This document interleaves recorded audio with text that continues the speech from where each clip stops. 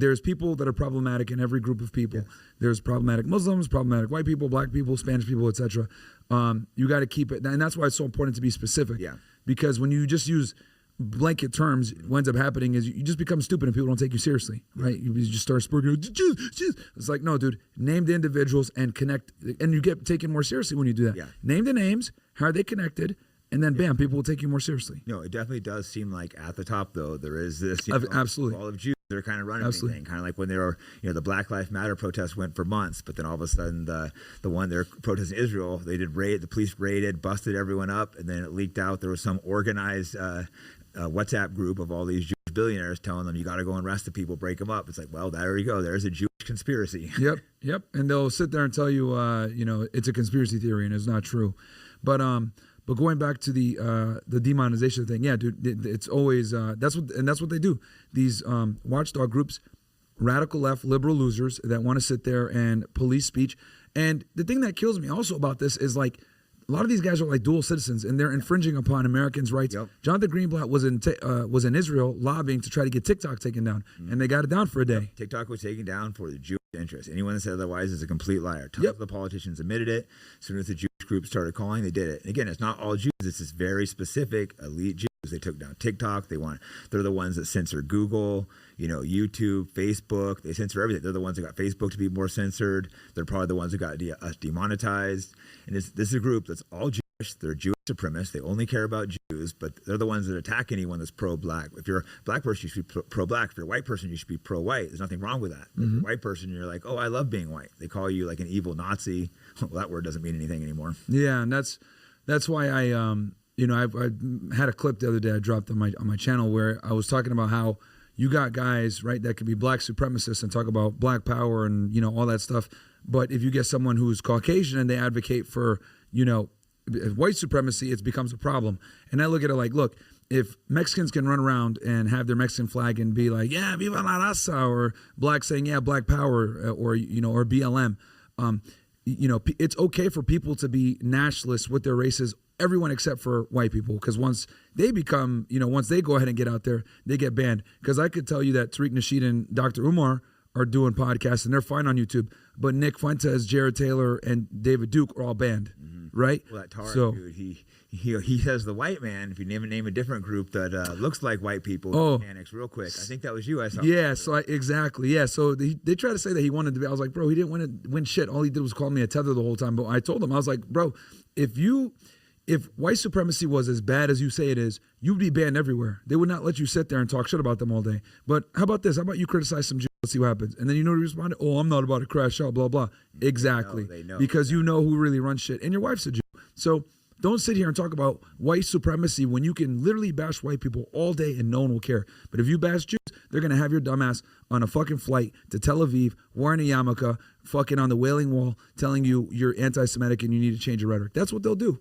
The whole fucking shame ceremony. Look at Kyrie Irving. How embarrassing was that? I think he only even said like, "Oh, we're the real Jews." Something. He had to get $500,000. He had to do a tour, suck up to the rabbis. Could you imagine that? I would just be like, "Fuck you." Yeah, dude. It is hard though when he's making millions of dollars. So I understand his perspective too. But these guys, it's got to be so. That's what they do. They don't attack you physically. They try to cripple you financially. That's just kind of how. That's the playbook of okay.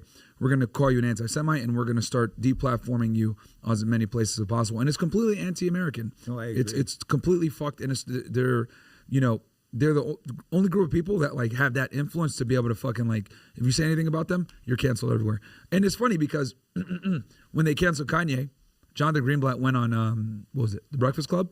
And he literally bragged about getting Kanye banned and debanked after he said that Jews control everything.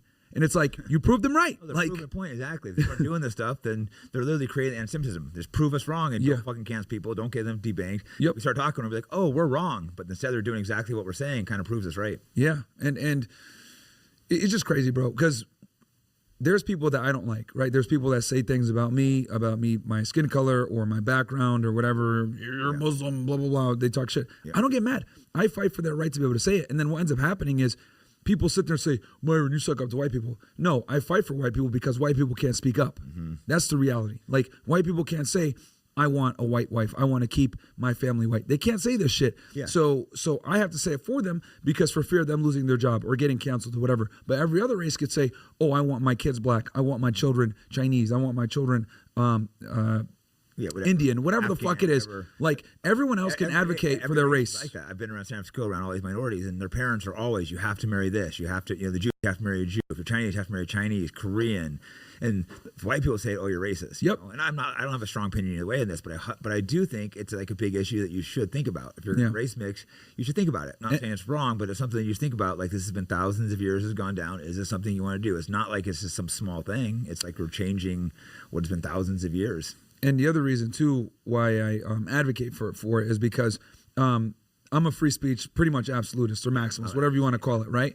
Some people try to say, well, does that mean you allow porn? Which I think is a disingenuous counter, but that's a whole other thing. It's clear that's been damaging. It's too easy access to the problem with porn. Yeah, but people try to challenge me. Oh, you're a free speech absolutist. Or why are you anti-porn? And I'm like, dude, I'm free speech absolutist, not free image absolutist. You fucking retard. Because that's what people try to, you try to argue in bad faith. Like, if you're a free speech absolutist, you should let porn in. And I'm like, dude, it's not the same. I would argue it should be legal, but it should be where you have to go and get it. Be 18. It's got to be restricted. People can just pull it on their computer. Yeah, they just have unlimited access to it. I'm so glad when I was young I didn't have that. It'd be so easy. So many people I talked to, I didn't realize this, but like 11 years old and stuff, they're getting addicted to it. But it makes sense if you have access to it on your phone.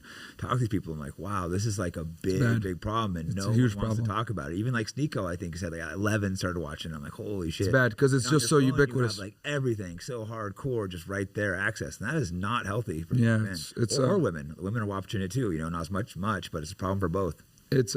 It's extremely pervasive and ubiquitous all across the society and easy to access, which, obviously makes it very problematic. And, going back to the whole thing when I talk about supporting white people in the situations, like I make fun of them too, but no one ever talks about that. And then the other thing also is since I'm so big on free speech, my thing is I dislike the disparity where certain groups of people have absolute free speech while others don't. That's my problem. So that's why I have to step up and speak for them. If they were able to run around and say white power, I wouldn't give a fuck. I'd be like, yeah, they can speak freely, but they can't. So what ends up happening is just because of my views and what I believe in, I always end up having to defend white supremacists, even though you're clearly not a white supremacist. Even though I'm not a white supremacist, and I don't even like some of them. I'll be honest with you. Like a lot of them, I hate them. Some I don't. Some of those guys are just like they're idiots. They'll pick apart me. Like I'm one of the only guys that'll like platform these people, dude. Because I'm very clear that I'm not one. They're like, oh fuck this guy. I'm like, I literally have platformed like David Duke and these guys, but they'll pick me apart because he's not a white nationalist. Fuck him. He's a bad actor. This. It's like, go fuck yourself. Yeah. I'm literally like, we're some of the only guys that'll platform these people. Yep. And I, and some of them, like I said, I disagree with them. I don't like them, but I will fight for their ability to say what they got to say because that's how important free speech is to me. Where I'm okay with putting my feelings aside or how I dislike this person and realize that they still need to be able to say what they want to say, even if it's detrimental to me. And this is where I think so many people aren't smart enough to understand that if you advocate and cheer for censorship and they go down, you're fucking next. And people don't get this. They're idiots.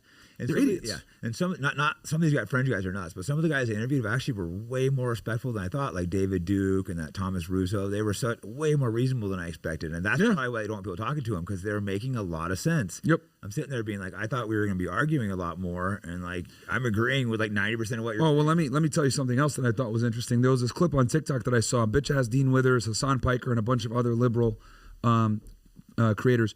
They were there basically talking about Nick Fuentes and, him being a neo-Nazi and all this other stuff. And to summarize the conversation, what they basically said is you should never platform these guys. They're problematic and you shouldn't even want to platform that or give it any type of air. But then I realized, because they're like, you don't want to expose it to the people. Yeah. But then I was like, well, if Nick's ideology or someone like me or anything, because Dean Withers challenged me to a debate and ran away. Yeah. So if we're so damaging, right, and you don't want to debate us, like, wouldn't it make sense for you to debate us and then prove our ideas are wrong if they're so retarded and bad? Like let the ideas get into the marketplace and debate them. But what I've realized is liberals don't want to typically debate conservatives because we got the truth on our side, right? No, you can sit here and talk about 99 genders and, everyone is equal and all this other stuff. But the reality is that the biology and the truth and the facts don't care about your feelings. And liberals care a lot about feelings and how things come off. So when losers like Hassan Piker or Dean Withers sit there and say, well, you shouldn't platform Nazis because they have problematic ideologies. Well, if their ideologies are so problematic, how about you prove it through the crucible of debate? But they fucking can't. That's why they're terrified to do it. And another reason, too, why I don't think they want to do it is because young men are moving more right. Thanks to people like Andrew Tate, Sneeko, Nick Fuentes, myself to a degree, like especially like Andrew Tate and Sneeko and Nick, because they've gotten a lot of like young guys, right? A lot of them have started to swing more right, because when they listen to Nick sense. or Andrew or whatever talk, they're like, damn, this makes sense. And most importantly, this validates my existence. No wonder women ignore me. Damn, I do feel like a second-class citizen. Damn, does no one respect men? Like, they start to see that everything around them is anti-masculine, and then they wake up. But if you watch idiots like Hassan Piker or Dean or whatever, right, they're going to sit there and tell you like, oh, toxic masculinity, oh, it's bad. Like, they're going to demonize you for being a fucking dude. So I think the other reason why they're scared to get into the crucible debate is they know that if a conservative gets on there and starts giving his ideology, it's going to resonate with the guys. And then they're going to say, you know what? Being a liberal is retarded. Right. I agree with this dude more. Yeah. Well, because a guy like Andrew Tate, he makes money. He's in shape. He speaks well. I want to be like that. I don't want to be like fucking Dean Withers. I don't want to be like Hassan Abi wearing fucking bead necklaces like a fucking weirdo. Yeah. So that's why they're scared to debate us, because they know that if we get into a debate and people are actually able to see our ideas go against each other, most guys with common sense are like, I agree with the conservative more. And they're going to want to be like us more than him. That Hassan guy you mentioned, he called for me to get banned from Twitter.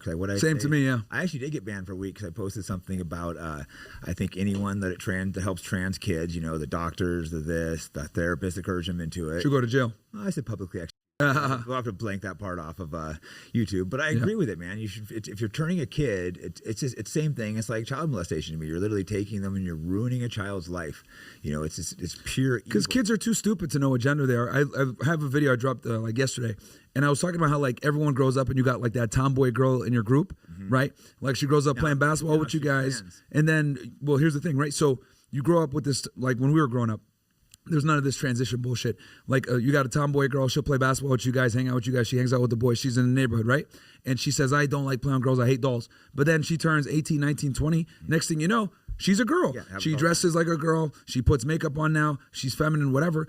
And she's living life. Could you imagine if we believed her when she was a tomboy back when she was like 6 or 7 or 8? And be like, yeah, let's transition her because she can make this decision. Her whole life would be fucking ruined and she wouldn't have grown up to be the woman that she is. So this whole thing of, I feel like I'm a boy or whatever. I feel like I'm a girl. Hell no, you're just a stupid kid that can't wipe your ass correctly. Your dumb ass is going to go and use the girls' bathroom or the men's bathroom, and we're going to keep you the gender that you are until you wake up and, mature. I lived in people act like it's a big deal, but I lived in San Francisco, and this was happening a lot. My daughter was going to one of these most liberal schools. I had multiple friends who had daughters that were saying they're trans. Typically what happens is that age, right when they kind of hit puberty, it's a really uncomfortable time for girls. A lot of times it was the girls that weren't quite as pretty, they weren't quite fitting in, and then they say they're trans. And I think in most cases, they weren't like actual transitions. One of my friends, actually, the daughter finally just came back as a girl. He was just called me just so ecstatic, like, oh my God, I'm so happy to have my daughter, almost crying, like I have my daughter back. She all of a sudden just kind of slowly just started being a girl again. But they're pushing this in their head. The teachers treat them better. So it's like when people are like, oh, you're making a big deal out of it. It's like, no, I see the evil. I've seen it with my own eyes around my daughter. They're destroying these families, these kids. It's one of the most evil things imaginable. Yeah, I got a guy, he's a doctor in my community, and he was telling me that like every single person that comes in that's trans has mental instability problems. Like they're on all kinds of medication, antidepressants and all this other stuff. And it's like, dude, it's problematic. And I'm glad that, Trump came in and, signed that executive order. There's 2 genders. Like, dude, it's like that's controversial. How insane is that?